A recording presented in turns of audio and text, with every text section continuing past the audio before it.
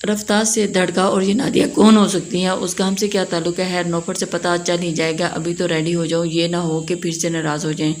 پھر ہوا کیا؟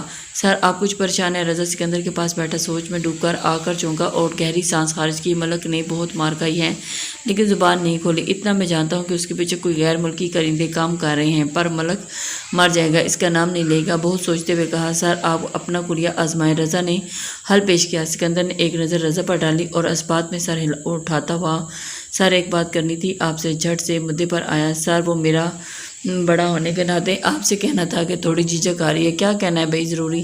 رضا تھوڑا جھجک گیا۔ سکندر کی پریشانی پر بال پڑے۔ کیا کہنا چاہ رہے ہو صاحب؟ کھل کر کہو۔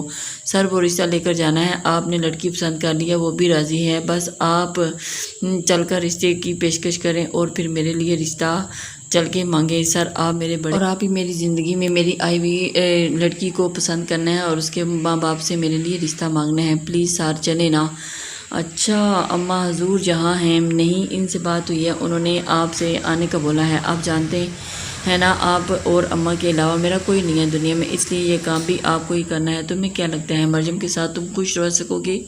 رضا کی تقریر ابھی جاری تھی کہ سکندر نے دو ٹوک دیا۔ آپ جانتے ہیں؟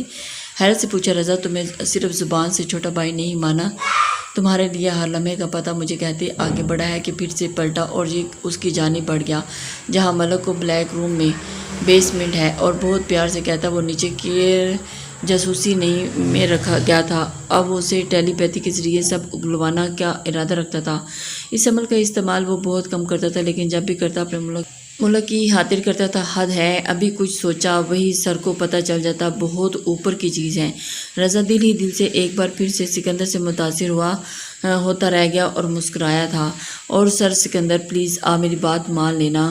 گاڑی میں ڈرائیو کرتے نوفل کی خاموشی کو مشال نوٹ کر چکی تھی لیکن کچھ بھی کہنا یا پوچھنا ضروری نہ سمجھا۔ 2 گھنٹے کی مسلسل ڈرائیو کے بعد وہ ایک نواحی گاؤں میں پہنچے، زیادہ نہ صحیح لیکن کچھ حد تک سڑکیں ہموار رہی تھی۔ دن کے بعد اب دوپہر ہو رہی تھی، لہلاتے کھیت تا حد نگاہ تک مشال کو بہت بھلے معلوم ہو رہے تھے۔ وہ باہر دیکھنے میں مگن تھی کہ نوفل نے اپنا ہاتھ اس کے ہاتھ پر رکھا اور مشال کو تو مانو 100 والٹ کا کرنٹ لگا ہو اور ساتھ ہی رک گئی۔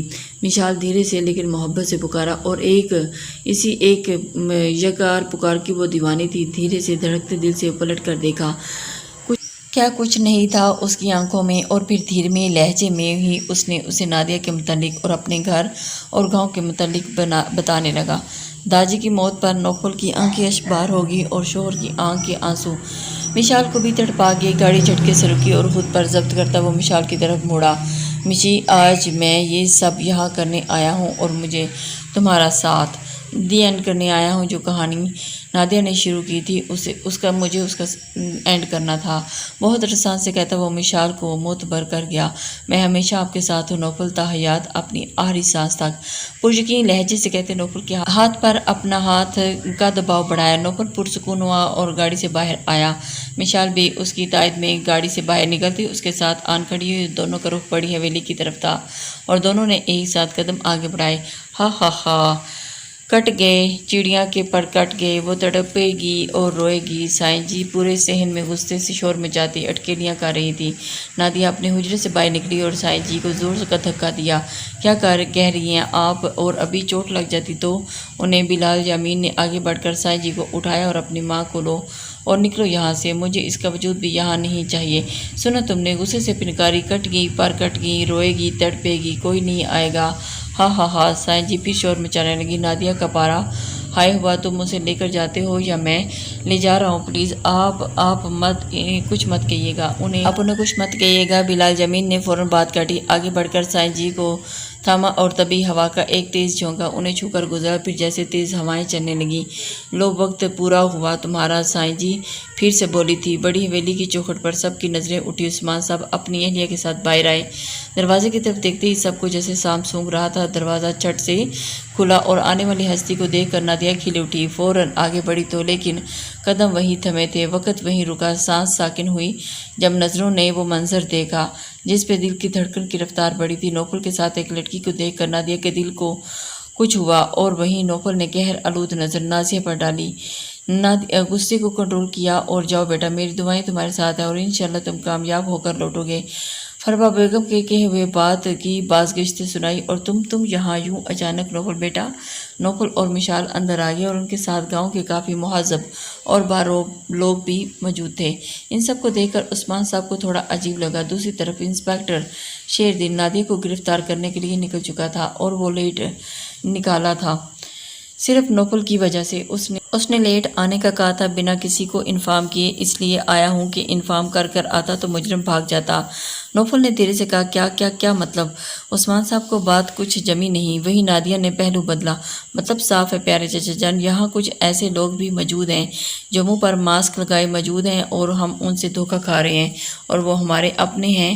بولتا ہوا وہ نادیہ کے قریب آیا اور مشال تو اس کی حسن کی دیوانی دیکھ میرائز ہی ہو گئی تھی۔ وہ کانچ سی گڑیا، خوبصورتی کا اعلیٰ پیکر تھی اور مشال کو اپنا آپ اس کے سامنے ہینچ لگا اور پھر اس کے سامنے کیا بکواس کر رہے ہو؟ نادیہ نے دانت پیستے ہوئے کہا، لے جی، اس نادیہ میڈم کو لگتا ہے کہ میں بکواس کر رہا ہوں۔ ایک طنزیہ مسکراہٹ نادیہ کی طرف اچھالتے وہ ساتھ ہی آئے لوگوں سے مخاطب ہوا، نوفل بھاؤ یہ ایسے نہیں سنے گی، آپ پولیس کو بلائیں، ہمارے بڑے صاحب کی قاتل کو پھانسی ہونی چاہیے۔ ایک بزرگ نے کہا تو باقی سب نے تائید کی۔ نادیہ اور عثمان صاحب ہکا بکا رہ گئے۔ نادیہ کو تو اپنا سر چکراتا ہوا محسوس ہوا اور مزید کچھ بولتے کہ انسپکٹر شیردین وہاں آن موجود ہوا اور اس کے ساتھ لیڈی کانسٹیبل بھی تھی۔ نادیہ کے قدم پیچھے ہوئے اور بیٹا نہیں، میں نہیں پیچھے بچوں گا۔ نادیہ نے مجھے سیڑھیوں سے دھکا دیا اور وہ یہی چاہتی تھی کہ تم مجھ سے شادی کرو، لیکن میں تمہیں ایک ایسی لڑکی کی شادی کرنے کی اجازت نہیں دوں گا جو جادو ٹونا کرتی ہو، جس کا ضمیر مر چکا ہو، اور یہی میری آخری خواہش ہے۔ ریکارڈنگ چل کر بند ہوئی۔ ایک سکتہ تھا، ہر طرف سب کچھ کلیئر ہو گیا۔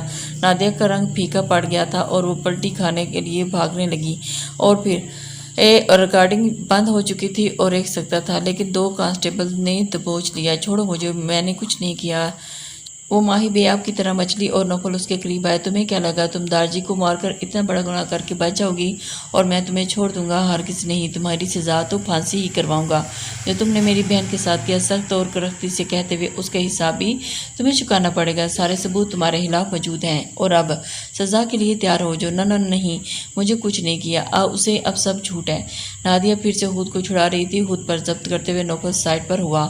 عثمان صاحب بھی خاموش تماشائی بنے دیکھتے رہے۔ مشعل کے قریب جانے نادیہ نے لیڈی کانسٹیبل کو دھکا دیا اور وہ پسٹل نکال کر مشال کو یرغمال کیا، خبردار جو مجھے کوئی الجھا، یہ لڑکی جان سے جائے گی۔ وہ پسٹل مشال کی کن پٹی پر رکھے ہوئے کڑے تیوروں سے دیکھتے ہوئے بولی، اور ایک لمحے کو نوفل کے دل کسی نے جھگڑا، اگر تم نے خود کو قانون کے حوالے نہ کیا تو تمہاری بہتری اسی میں ہے، ورنہ انسپکٹر شیردین نوفل کو اشارے سے کچھ کرنے سے باز رکھا اور نوفل پھر بھی دھیرے دھیرے قدم اٹھاتا آگے بڑھا، اور بہتری؟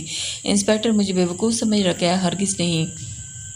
میں مزید کچھ کہتی کہ نوفل نے تیز دھار چاقو اس کی بازو پر نشانہ لیا اور پسٹل والا ہاتھ اس کا نیچے گرا۔